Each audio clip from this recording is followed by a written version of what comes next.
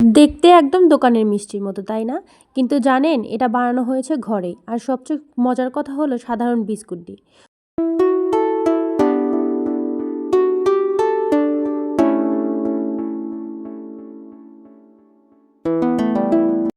তো hello everyone, আসসালামু আলাইকুম। সকলে কেমন আছেন? আশা করি সকলে ভালো আছেন। আলহামদুলিল্লাহ আমি অনেক ভালো আছি।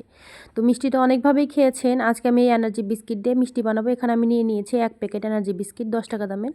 সেটাকে আমি প্রথমে গুঁড়ো করে নিয়েছি। গুঁড়ো করে নিয়ে ফ্রাই প্যানে এখন আমি দিয়ে দিয়েছি হাফ কাপ দুধ আর কি। তো এখানে আপনারা চাইলে গুঁড়ো দুধ ব্যবহার করতে পারেন। তো দুধ দেওয়ার পরে এখানে আমি সামান্য একটু গুড় দিয়ে দিয়েছি। চিনিও ব্যবহার করতে পারেন। তবে এই ক্ষেত্রে যেহেতু আমি হাঁড়িভাঙা মিষ্টি বানাচ্ছি, সেজন্য আমি একটু গুড় ব্যবহার করেছি যাতে কালারটা একটু সুন্দর আসে। তো গুড়টা যখন গলে যাবে, মানে সুন্দর করে হাত দিয়ে যতক্ষণ পর্যন্ত না গলবে ততক্ষণ পর্যন্ত কিন্তু এই দুধটা গরম করে নিতে হবে। দুধটা গরম হয়ে গেলে এই মুহূর্তে আমি এখানে দিয়ে দেবো হচ্ছে আগে থেকে যে বিস্কিটের গুঁড়ো করে রেখেছিলাম সেই গুঁড়োটা দিয়ে আমি সুন্দর করে নেড়ে চেড়ে নেবো। এটা কিন্তু ভালো করে নেড়ে চেড়ে নিতে হবে, তাছাড়া কিন্তু যখন মিষ্টি বানাবেন তখন কিন্তু মিষ্টিটা ভালো হবে না বা ছেড়ে ছেড়ে যাবে আর কি।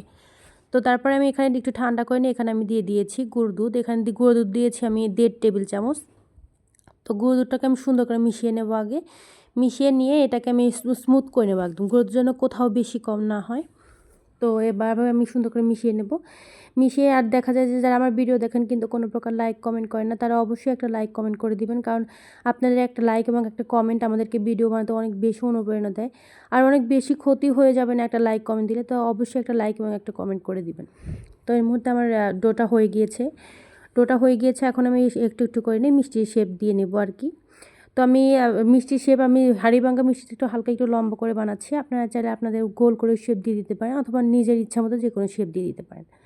তো আমার মিষ্টিগুলো হয়ে গিয়েছে। এখন আমি চলে যাব শিরার মধ্যে দিতে। তো এখানে আমি দিয়ে দিয়েছি একটু শিরাটা কিন্তু একদম হালকা শিরা করতে হবে, ঘন শিরা করা যাবে না।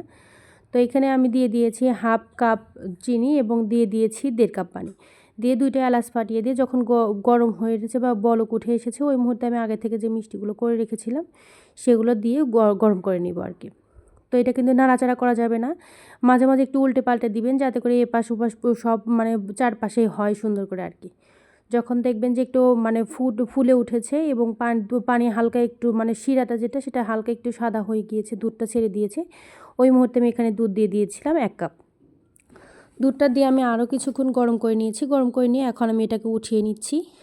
তো আমি আপনার আসলে এটা যদি বানিয়ে খান বিশ্বাসই হবে না যে এটা এই বিস্কিট দিয়ে হাঁড়িভাঙা মিষ্টি এত সুন্দর করে বানানো যায়। তো আমি আপনাদের দেখিয়ে দিচ্ছি। আমি উপরে কোট করে ডেকোরেশন করেছি বিস্কিটের গুঁড়ো দিয়ে। আপনারা চাইলে এখানে মাওয়াও দিতে পারেন।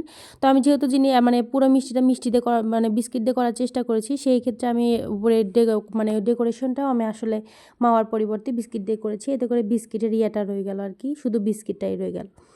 তো দেখেন মিষ্টিগুলো কতটা সুন্দর হয়েছে। অবশ্যই বাসায় এরকম করে একবার ট্রাই করবেন। আর আমি আপনাদেরকে কেটে দেখিয়ে দিচ্ছি যে কতটা সফট হয়েছে। দেখেন, দেখেন কতটা সুন্দর হয়েছে। বাসায় অবশ্যই একবার এরকম করে বাসায় ট্রাই করে খেয়ে দেখবেন যে কতটা মজা হয়। দেখবেন বাসার সবাই অনেক বেশি পছন্দ করবে। তো আজকের মতো ভিডিও আর বেশি বড় করব না। সকলে ভালো থাকবেন, সুস্থ থাকবেন। দেখা হবে আরও একটা ভিডিও নিয়ে। আসসালামু আলাইকুম।